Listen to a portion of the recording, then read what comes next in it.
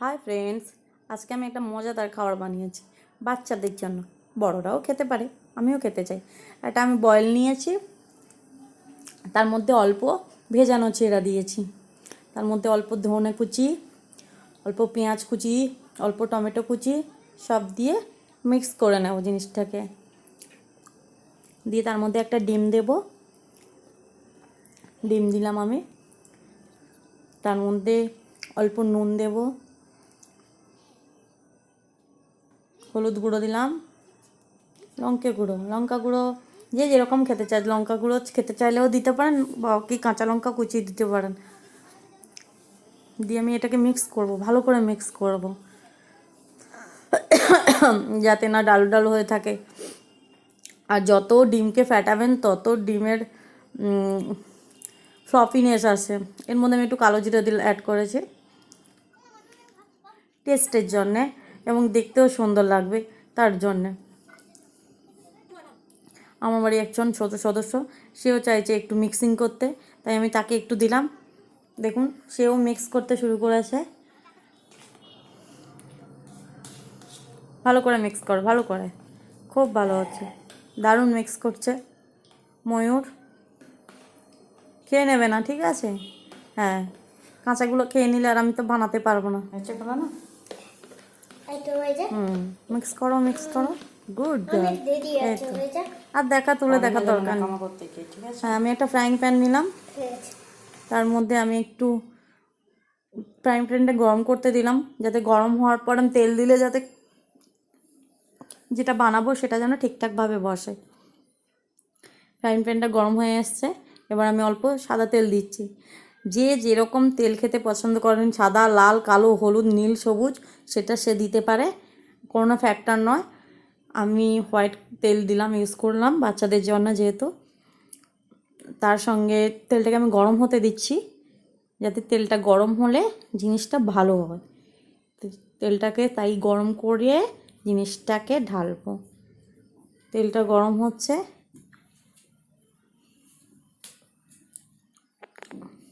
তেলটা গরম হয়ে এলে আমি তার মধ্যে তেলটাকে আগে নাড়িয়ে নিই, চারদিকে ছড়িয়ে দিই, নাহলে জিনিসটা আমি দিতে পারবো না। তাই তেলটাকে চারদিকে দিয়ে দিচ্ছি। হ্যাঁ, এরকম করে ফ্রাইং প্যানের চারদিকে দিয়ে দিলে তেলটা গরম হয়ে যায়, চারদিকে তেলটাও চলে যায়। তারপর আমি ফ্রাইং প্যানের মধ্যে ওই মিশ্রণটা দেবো, যেটা চিড়ে, ডিম, টমেটো, পেঁয়াজ, ধনেপাতা এবং কালো জিরে, নুন, হলুদ গুঁড়ো, লঙ্কা গুঁড়ো দিয়ে তৈরি করেছিলাম। ওকে, তো সেটাকে আমি চারদিকে নাড়িয়ে চাড়িয়ে বিছনা পেতে একটা শেপ দেওয়ার চেষ্টা করছি। শেপ হবে কি না জানি না, যাই হোক একটা গোল শেপে আনার চেষ্টা করছি। এবার আপনারা যে যেরকম শেপে খেতে চান, ট্রায়াঙ্গেল, স্কোয়ার, সার্কেল, স্টার, যে যেরকম পারবেন বানাবেন, খাবেন। আমি কিন্তু এটাকে এরকমভাবে বানালাম কারণ এটাকে আমি আবার এটাকে অ্যাকচুয়ালি ডিম ভাজার মতো বানিয়ে ফেললাম। তারপরে এটাকে আমি উল্টে ছোট ছোট পিস করে কাটবো, তাই। আর আপনারা সব কিছু যেগুলো ইনগ্রেডিয়েন্টস দেবেন সব ছোট ছোট করে কাটবেন, কারণ এটাকে কোনো ঢাকনা দেবো না। যেহেতু চিড়া একটা নরম জিনিস, তাকে আর ঢাকনা দেওয়ার কোনো দরকার পড়ে না, তো আমি এতে ঢাকনা দেবো না। এটা কিছুক্ষণ থাকবে, এক সাইড ভালোভাবে ফ্রাই হওয়ার পর আমি এটাকে উল্টে নেব। দেখুন, এক সাইড ভালোভাবে ফ্রাই হচ্ছে, এরপর আমি এটাকে উল্টে নেওয়ার চেষ্টা করছি। উল্টে দিয়েছি, দেওয়ার পর আমি এটাকে একটু মাঝখানে টেনে আনি, যাতে একটু তেলগুলো ভেতরে ঢোকানোর জন্যে আমি একটু চারদিকে নাড়িয়ে টাড়িয়ে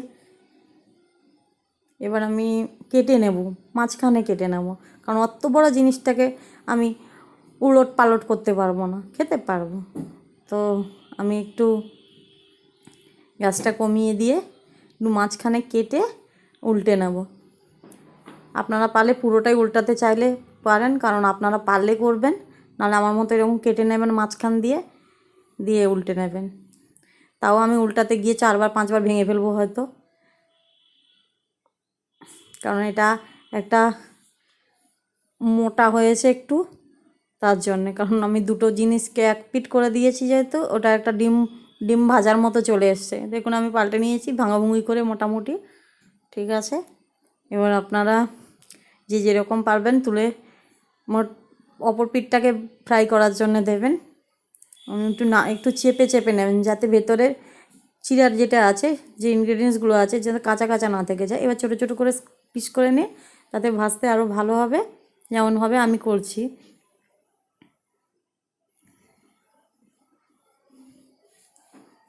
এরকম করে কেটে নিন।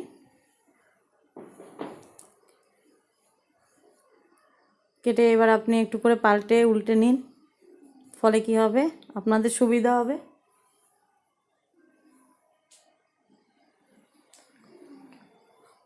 এবার আমি একটা একটা করে কীরকম করে পাল্টে নিচ্ছি দেখুন।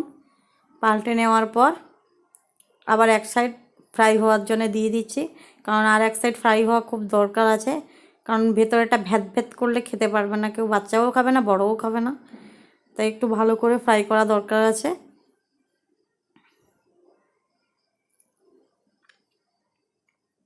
পড়ে গেছে, পড়ে যাওয়া জিনিস ফেলে দেওয়া যাবে না, সবই খেয়ে নিতে হবে, কারণ এখন লকডাউন, চারদিকে করোনা, কোনো জিনিস পাওয়া যাচ্ছে না, দাম প্রচুর, তাই ফেলা যাবে না কোনো জিনিস।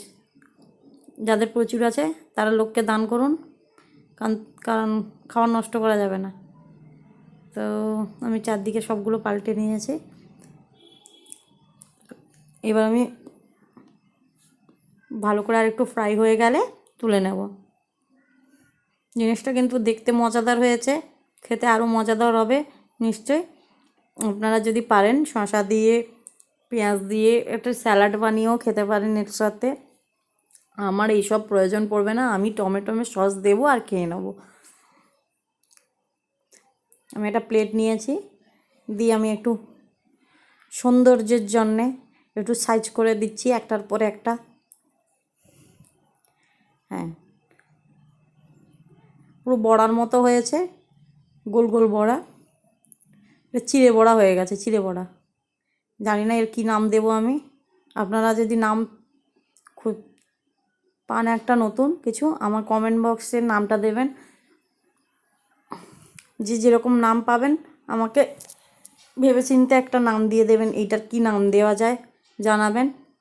একটু সস উপর দিয়ে ছড়িয়ে দিলাম গার্নিশের জন্যে, আর একটু সস নিয়ে নিলাম তাতে টেস্টে আমি খাওয়ার জন্যে। দেখুন কেমন হয়েছে দেখতে, প্লিজ আপনারাও বাড়িতে বানান, বাচ্চাদের খাওয়ান, আপনারাও খান।